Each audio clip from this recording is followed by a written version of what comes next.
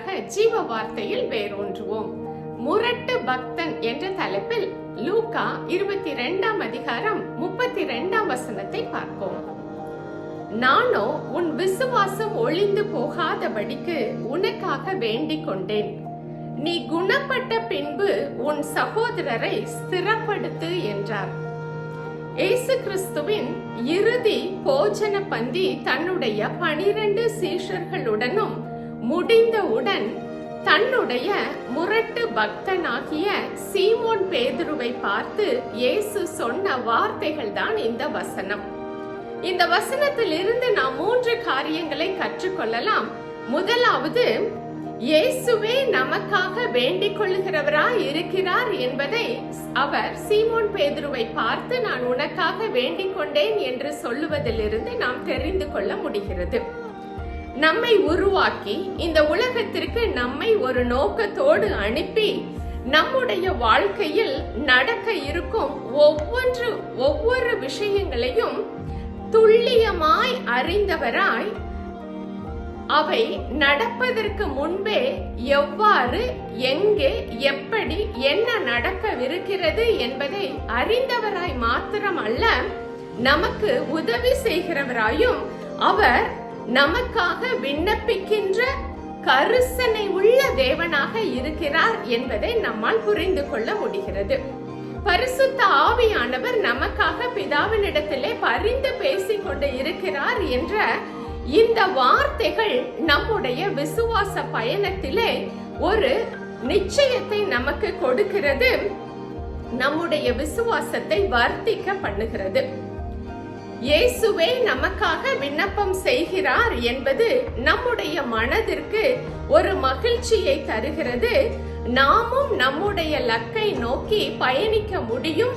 அங்கே ஒவ்வொரு வழிநடத்துதலிலும் தேவன் நம்மோடு கூட இருந்து நம்மை வழிநடத்துகிறார் என்ற நிச்சயத்தையும் பலத்தையும் விசுவாசத்தையும் நமக்கு கொடுக்கின்றது. நாம் அனைவருமே கரிசனை உள்ள தேவனுடைய கண்காணிப்பில் இருக்கிறோம் என்ற நிச்சயம் நமக்கு மன மகிழ்ச்சியை தருகிறது.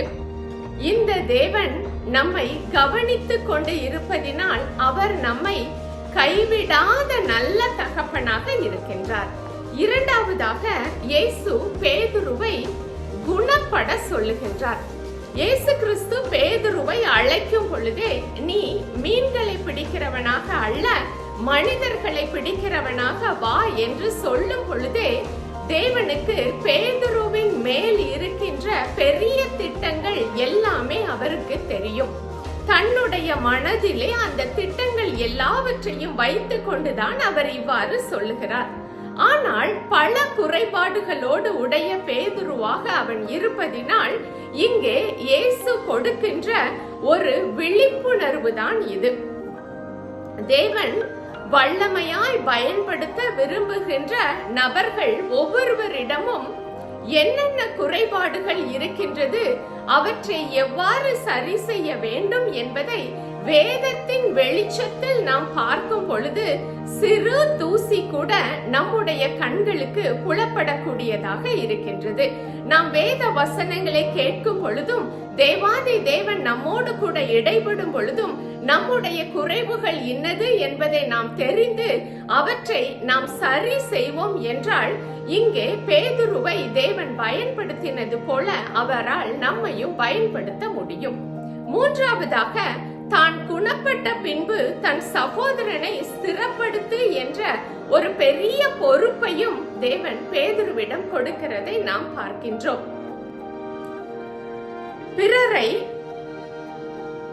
இயேசுவிடம் மாற்றும் ஆற்றல் உடையவனாய், கடினமான நேரத்திலும் அழியாத குறிக்கோளோடும் அசைக்க முடியாத நம்பிக்கையோடும் உறுதியான அர்ப்பணிப்போடும் மிகவும் வலிமையான மனதையும் தைரியமான பேச்சையும் செயலையும் உடைய தலைமைத்துவத்தின் குணங்கள் அனைத்தையும் தன்னிலே கொண்டவனாய், குணப்பட்டதினால் இந்த கல்லின் மேல் என் சபையை கட்டுவேன் என்ற வார்த்தைகள் நிறைவேறும்படியாகவும், பரலோக ராஜ்யத்தின் திறவுகோலை பெற்றவனாயும், பேதுருவின் மேல் இருந்த அழைப்பை நிறைவேற்ற முடிந்தது தேவனாலே. இந்த மாற்றங்கள் தான் தன்னை குணப்படுத்தி தன்னுடைய சகோதரர்களையும் ஸ்திரப்படுத்த முடிந்தது.